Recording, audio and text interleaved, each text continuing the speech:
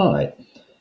So today we're going to look at the rules for current, potential difference, and resistance in parallel, the longest title of the lesson so far. And by the end of the lesson, we're going to be able to describe how electric circuits work when we've constructed them in parallel. So before we do that, let's just review what the rules for a series circuit were, which were from a previous lesson. What is the rule for current in a series circuit? What is the rule for potential difference in a series circuit? And what is the rule for resistance in a series circuit? Pause, answer the questions, and unpause when you're done.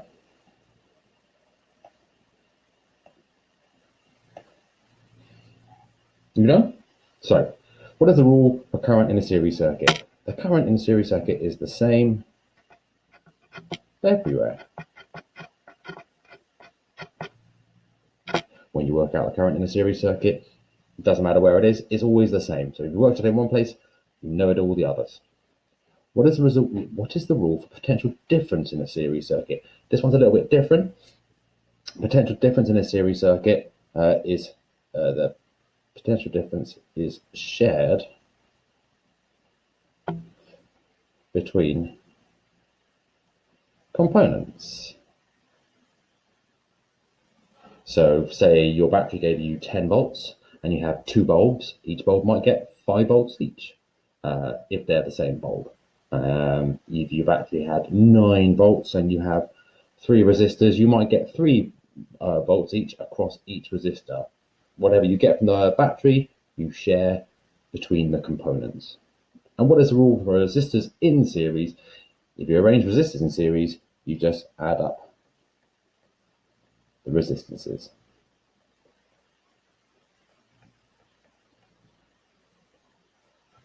So, for example, R1 plus R2 equals RT. That's R total.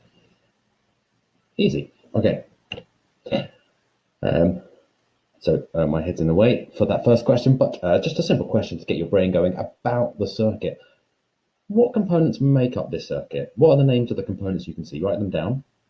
Why do we call this circuit a parallel circuit? Why do the ammeters, do the ammeters have the same reading? If so, why or why not? And do the voltmeters have the same reading? Why or why not? Pause, answer the questions, write them down, unpause when you think you've done it.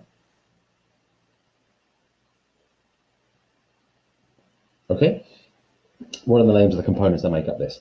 So first thing at the top is we have a battery. Write that down. And we have here, this is an ammeter. I'll write that down too. And another one here, another one here. This one here is a voltmeter.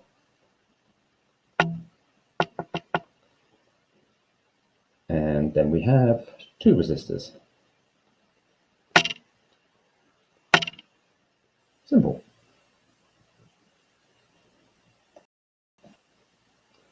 Why do we call this circuit a parallel circuit?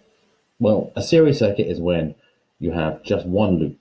So if we just took this top part here, this bit here would be just series.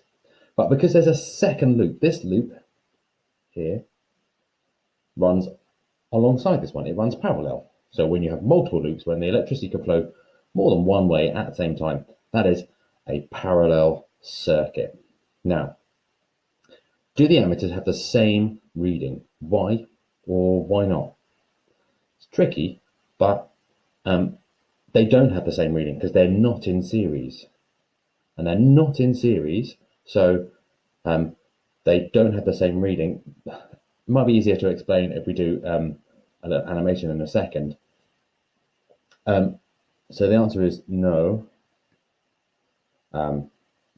Why not? Let's just look at that. Let me pause and get the animation open. Boink. Haha, magic. Okay, so back on FET, and I've set up a simple circuit.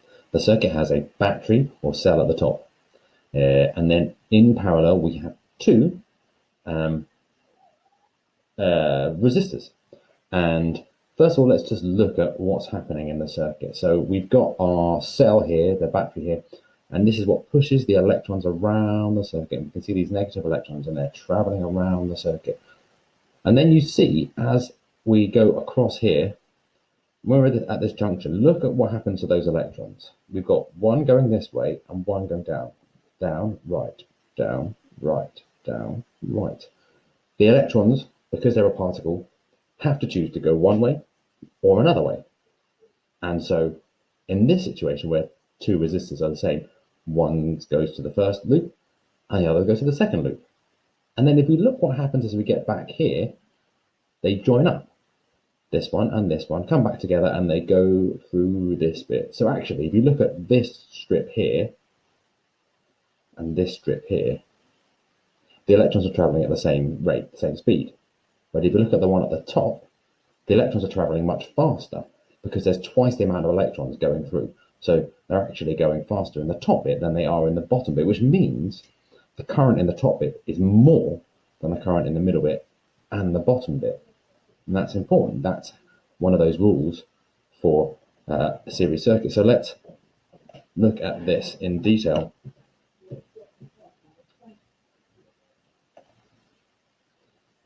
So, excuse me. If we have a look at this circuit, we've got, where's the arrow? We have A1, and that's coming from the battery, and then it goes A2 and A3. So the electrons will travel down this way, and some of them will go this way, and some of them will go this way. If we notice, this one says 100 ohms, and that one's also 100 ohms. So what we should get should be an equal split. So whatever A1 is, half goes down A2, and the other half goes down A3. And then they come along. Now, if you remember the rule for series, A3 and A4 are on the same series loop, so they're going to be the same. But A5 is when this one and this one come back together. So it says here, if A1 was 4 amps, what would the rest be? If this is 4 amps, what would the rest be? Well, this one would be 2 amps, and this one would be 2 amps. This one here is the same as this one, so that would be 2 amps, and this one will be back to 4 because the 2 and the 2 together combine.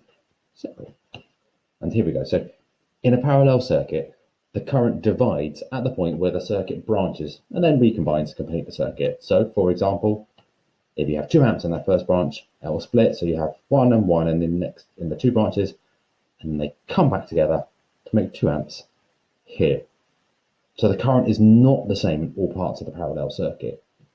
If the circuit has the same components in the parallel branches, those bits themselves could be the same, but that all depends on what's in the circuit. But in a parallel circuit, the current has to split, it has to divide. Some goes one way, some goes the other way, or split between multiple branches, but it's not the same because the current, the electrons have to choose to go one way or the other. So there we go. In summary, the current splits at a junction, but we'll look at the voltage in a second. The voltage does not split up. The total current before and after the junction are equal. So here we go. Example here. This is 3 amps, 1 amp, 1 amp, 1 amp. Come back together to make 3 amps. Let's look at the thing again. Okay, so now we know what's happening to the current. So let's take the voltmeter and put the voltmeter over the battery. Oops.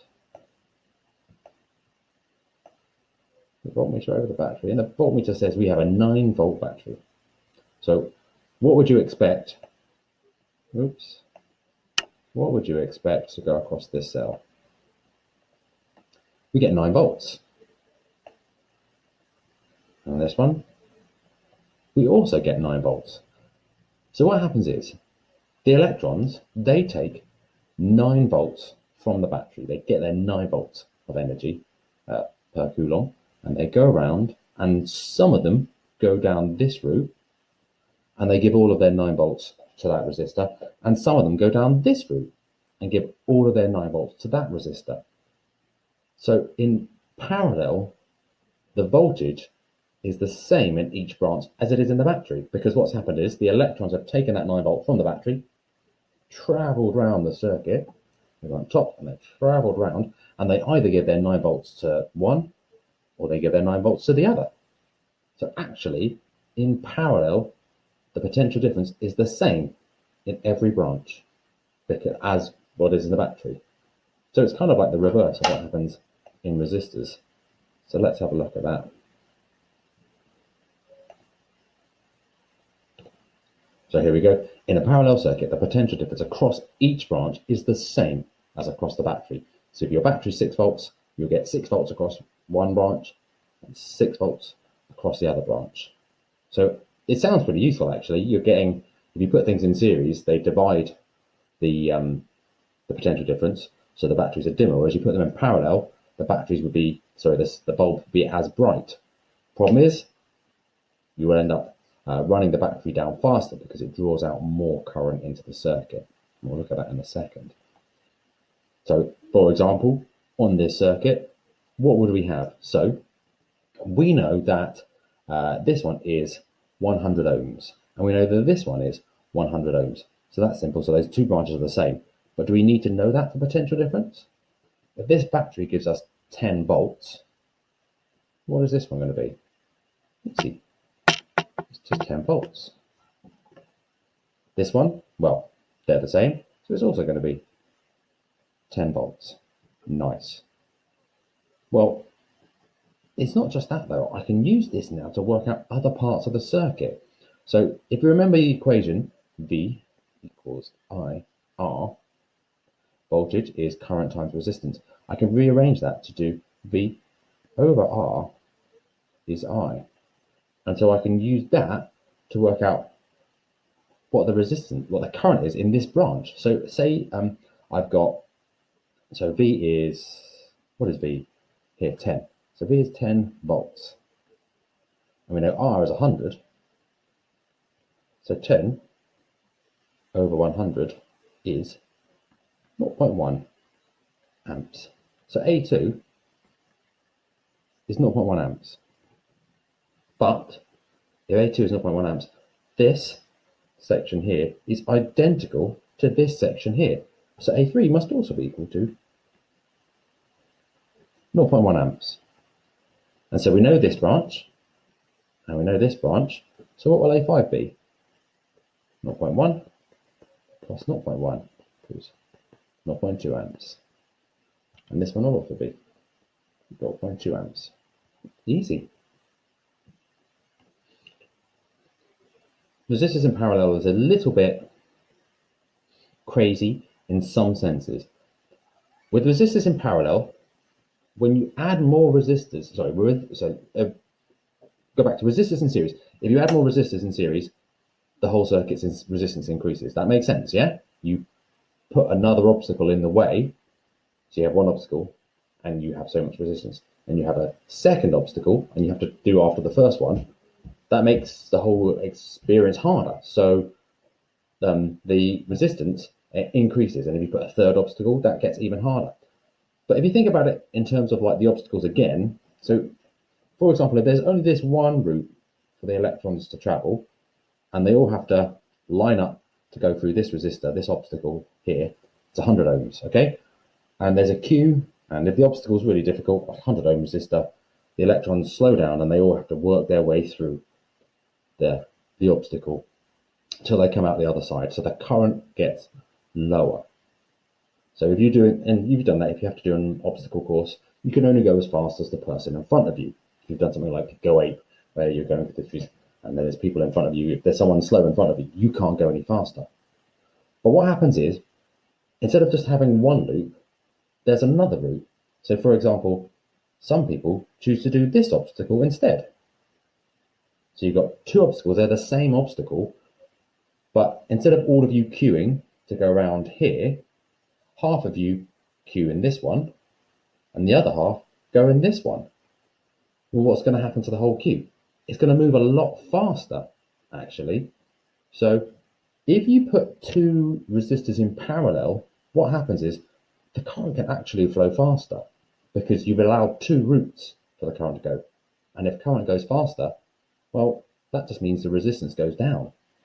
So it's a really strange way that by adding more resistors in parallel, the resistance of the whole circuit actually goes down. You're doing this because if you're adding more routes for the electrons to travel, it's easier for them. And if it's easier for them, that means there's low resistance.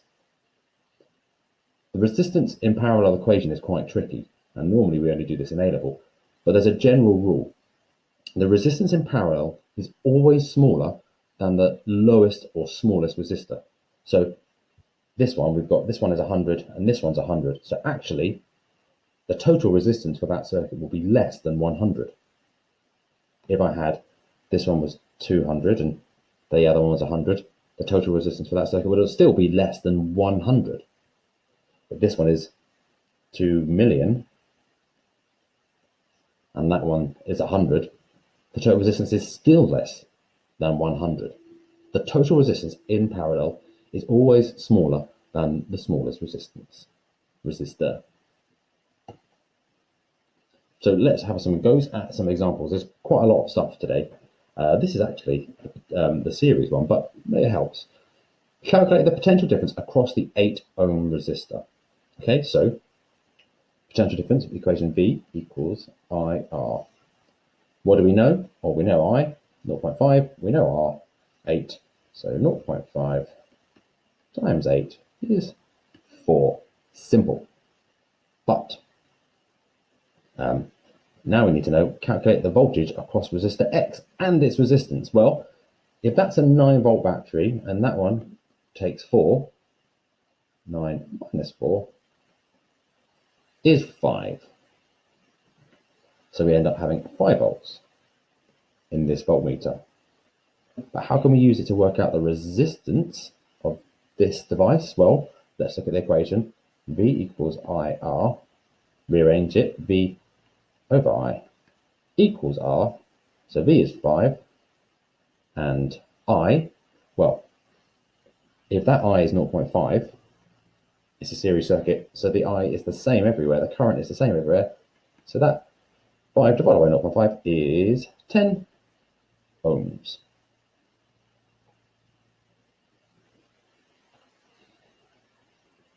I'm going to do one more example and then time for you to do some questions. There's only a short number of questions because they could be quite tricky.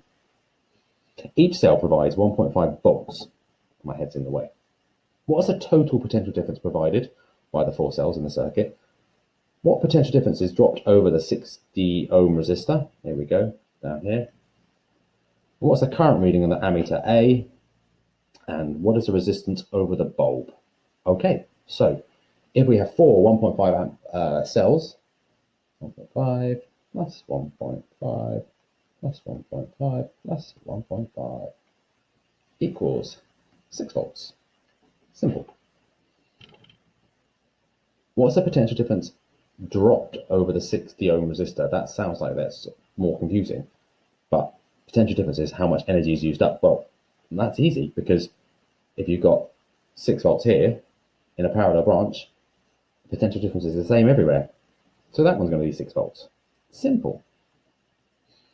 If that's 6 volts, then if I was going to add another voltmeter here, what would that one read? 6 volts. Easy. So we know the voltage across both devices, we know the current in both branches, but what's the current in this ammeter here? Well, if this branch is 0.2, that branch is 0.1, the total current, 0.1 plus 0.2, quick maths, 0.3 amperes. The last thing, the only thing we don't know is this last one, is what is the resistance over the bulb?